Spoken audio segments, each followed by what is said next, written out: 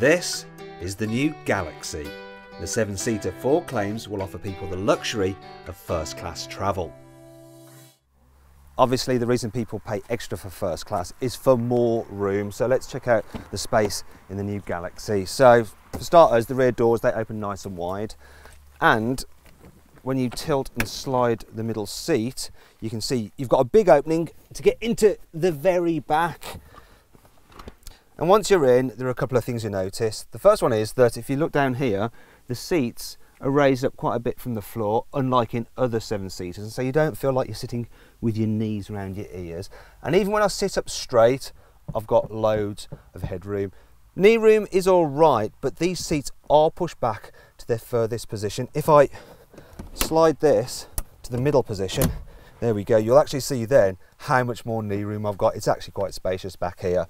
Now I could easily go a long distance in the back of this car with this seat in that position, and overall it's a very nice place to be. You've got huge rear windows, so it's nice and light back here. There's some creature comforts. You've got cup holders here. There's a little cubby there which I think is for a mobile phone, but it doesn't seem to fit my HT seats, obviously for an old iPhone. You've got your own air vents there. There's another air vent up here. I would like to see a couple of USB inputs here for charging my phone and stuff, but there's not one. Though in the back there is a 12-volt socket. So very back seats, not first class, more like premium economy. So let's move into the front, well, the middle row. It's actually so big, this thing, I can clamber about the car, no problems at all.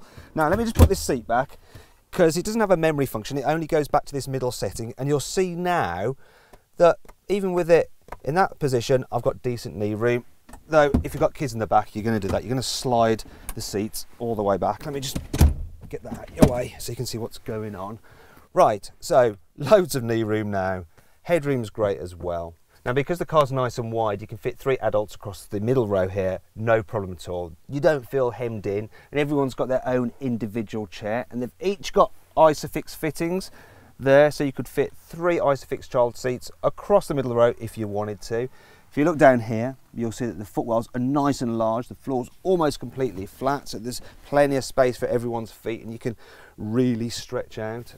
As you can see, this car's got the obligatory MPV picnic tables, and as part of a pack you can get a sun blind and even a 3-pin 230-volt socket. So even if you wanted to, you could install a microwave oven back here, do a bit of cooking.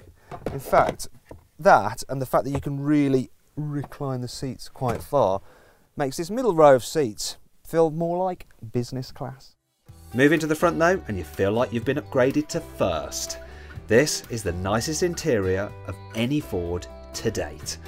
All cars get voice controls and an 8-inch colour touchscreen, though you'll need to step up to the mid-level titanium model for satellite navigation. So you can get the Ford Galaxy with one of those power tailgates that recognises that you've got the key in the pocket, so you just wave your foot underneath and it opens rather slowly. Hopefully you're not in a rush. Anyway, with all the seats in place, the boot, as you can see, is rather small, but the volume here is actually better than that of all its key rivals.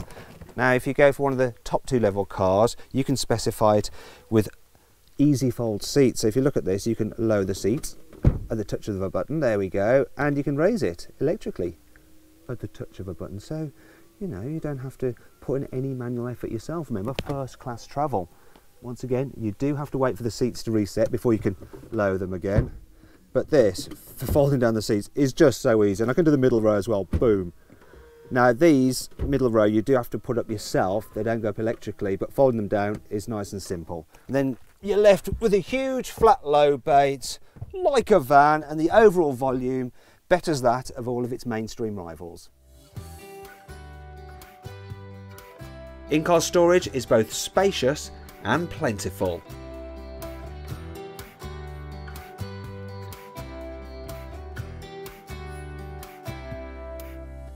There's even somewhere for the driver's nuts.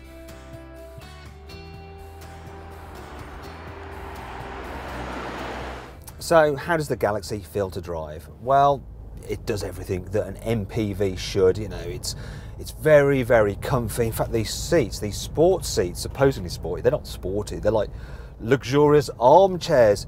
And it's quiet too, you know, you can just cruise along, and despite being a tall car, there's hardly any wind noise or tyre roar. It's very, very comfy. Yet Ford, being Ford, has set this car up so it's also ever so slightly engaging. Now, I wouldn't go as far as to say that it's like fun, but you do feel like you're driving this car rather than just pulling levers and pressing switches like you do in other MPVs. Engines include 2 pointless petrols and 2 diesels, both of which are great. They don't expect more than 40 miles per gallon. Still, both the manual and automatic gearboxes are good, and so too is the view out, as I'll show you now with a Carbuyer head cam test. Now you should be able to see that you get a great view out from here in the Galaxy. Obviously you sit a bit higher than in a normal car, and that gives you a good view of the road ahead.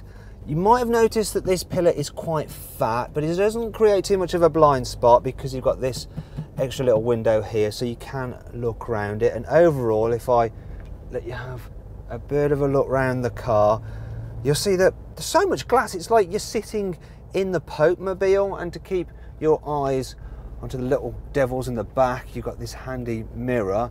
Also, those door mirrors are nice and large as well, and they distort, so you get an extra wide view.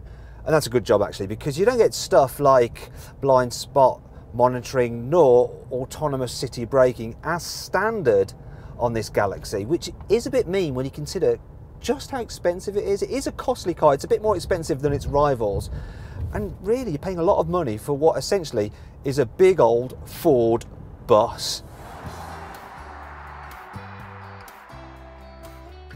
Thing is though, if you're going to be carrying 7 people regularly, you're just going to have to face the facts. You're going to need one of these big people carriers, and this Ford Galaxy is about as spacious and as comfortable as it gets. However, if you want to check out our review of the Citroen C4 Picasso, then click here. Or for an alternative mode of transport, then check out our review of the Kia Sorento by clicking down here. If you click up here, you can watch our very latest video review, and please click on our logo to subscribe to our channel. And if you're watching on mobile, click the links below the video, as they do exactly the same thing. Do you know what? Am I the only person in the world that likes pork scratchings? It must be a Midland thing. Oh God, I think I just broke my teeth.